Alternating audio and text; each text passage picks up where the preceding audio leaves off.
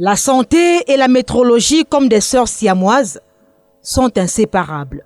À titre d'illustration, en cas de prescription médicale, le traitement est administré en fonction des mesurages par rapport aux paramètres du patient. Le poids, par exemple.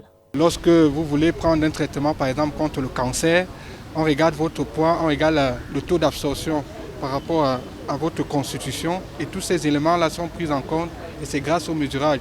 Vous pouvez vous imaginer si on fait une seule erreur dans un bombardement de rayons X dans votre corps, ce que ça peut vous causer comme cancer et métastase. Définie comme étant la science des mesures, la métrologie est en outre une barrière contre la pandémie à coronavirus, notamment en ce qui concerne l'amélioration des kits de protection individuelle, le cache-nez surtout. Aujourd'hui, vous portez vos masques, vous n'avez plus tellement de problèmes, alors qu'au début de la pandémie, ce n'était pas toujours ça.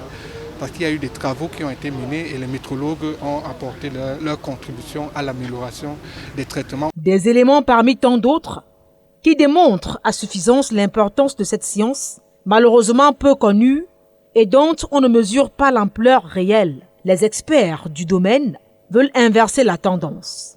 D'où l'organisation d'une réflexion irrélative ce 17 juin à Yaoundé.